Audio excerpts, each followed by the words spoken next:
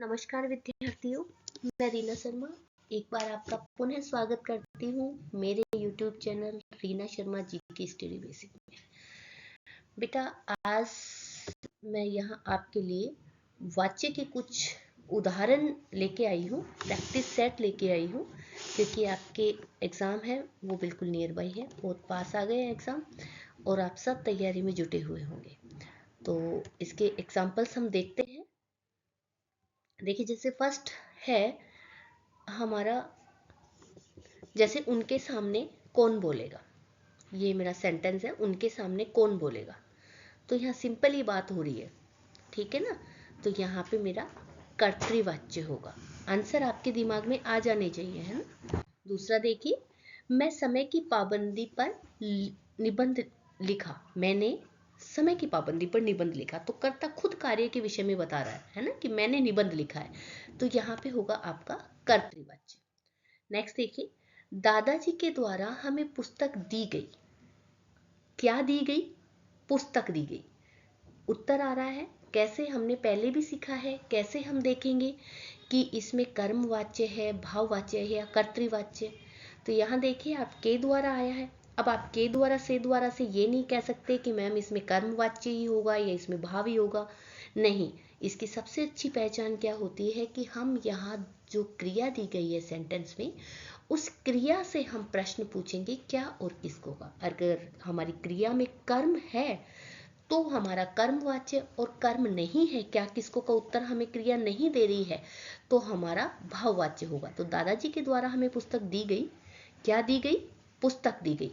तो यहाँ पे कर्म है, इट मीन्स सकर्मक वाक्य है। तो यहाँ पे कर्म मौजूद है तो कर्मवाच्य होगा। नेक्स्ट देखिए, वे कनखियों से देख रहे थे। यह वाक्य किस वाच्य भेद का उदाहरण है? वे कनखियों से देख रहे थे।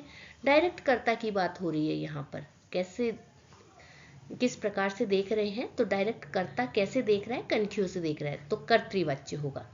नेक्स्ट देखिए, गांव में स्त्रियां बहू को चुप कराने की कोशिश कर रही हैं।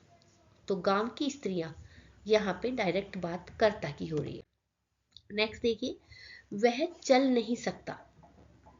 इसको भाववाच्य में कन्वर्ट करना है अपने को। तो उससे चला नहीं जा सकता।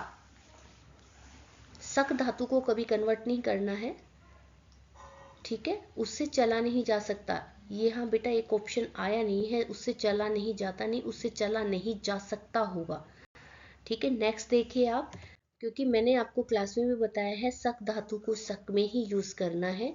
कभी भी कोई धातु परिवर्तन नहीं करना है, किसी भी काल का परिवर्तन नहीं करना है, और हमारे सेंटेंस इसी प्रकार से चलेंगे। अब आपने देखा, जैसे पिछले वाले सेंटेंस में कर्म नहीं था तो वह भाववाच्य था। आज उसे अदालत द्वारा जमानत दी गई। आज उसे अदालत द्वारा जमानत दी गई। क्या दी गई? जमानत दी गई। तो ये किस में है? कर्मवाच्य में है। अब इसको किस में कन्वर्ट करना है? कर्तरी में। तो अदालत ने आज उसे जमानत दे दी। तो अदालत के द्वारा आज अदालत ने उसे आज जमानत दी, ठीक है। नेक्स्ट देखिए, उसके द्वारा उछलकर डोर पकड़ ली गई। उन्होंने उछलकर डोर पकड़ ली। डायरेक्ट ये कर्तृवाच्य है, इसे हम कर्म में ले जाएंगे तो उनके द्वारा उछलकर डोर पकड़ ली गई। नेक्स्ट एग्जांपल देखिए, अब मतदान के लिए चलते हैं, ठीक है। अब मतदान के लिए चलते हैं। तो अब मतदान के लिए चला जाए, क्योंकि हमें इसे भाववाच्य में बनाना है। तो क्या चला जाए, किसको चला जाए नहीं होगा, इसलिए अब मतदान के लिए चला जाए। नेक्स्ट देखिए, आज रात उससे यहाँ ठहरा जाएगा। कर्तृवाच्य। तो वे आज रात यहीं ठहरेंगे। आज रात उससे यहीं ठहरा जाएगा। कौन सा वाच्य है ये? क्या ठहरा जाएगा, किसको ठहरा जाएगा? कोई उत्तर नहीं मिल रहा। तो इसका मतलब यह हमारा किस में है? भाव में है। भाव आ रहा है, असमर्थता का योग आ रहा है। तो यहाँ पे भाववाच्य होता है। जहाँ पे असमर्थता का योग होता है अधिकतर भाववाच्य होगा। कर्तृवाच्य में कर्ता की प्रधानता रहेगी। कर्ता हमारा क्रिया के अनुसार, क्रिया जो है हमारी कर्ता के अनुसार बदलेगी। जो कर्म वाच्य है हमारा, उसमें कर्म देखेंगे, क्रिया से क्या किसको का प्रश्न पूछेंगे, यदि उसमें क्या किसको का उत्तर मिल रहा है तो वह हमारा कर्म वाच्य है, अन्यथा भाव वाच्य है। कई कई बार आप देखते हैं कर्ता अज्ञात भी होता है, तो उसमें जो है आपको पिछली जो मैंने पीपीटी बनाई थी, पिछली जो हमारी क्लास हुई थी उसमें मैं समझा चुकी हूँ, उसका लिंक मैं डिस्क्रिप्शन बॉक्स में दे दूंगी, तो आप वहाँ से मेरी पिछली क्लास ज़रूर देखिएगा और वहाँ से आपको उसके सारे आइडियाज़ मिल जाएंगे। मैंने तो यहाँ एक छोटे छोटे एग्जाम्पल्स आपके लिए लिए थे, जो पूरी क्लास दी गई है वो आपको मेरे पिछली क्लास में मिलेगी। थैंक यू बच्चों।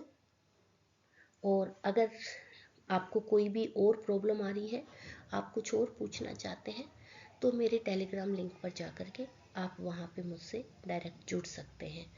आपको मेरा वीडियो अच्छा लगता है तो लाइक कीजिए, शेयर कीजिए और कमेंट कीजिए। Thank you. जय हिंद, जय भारत।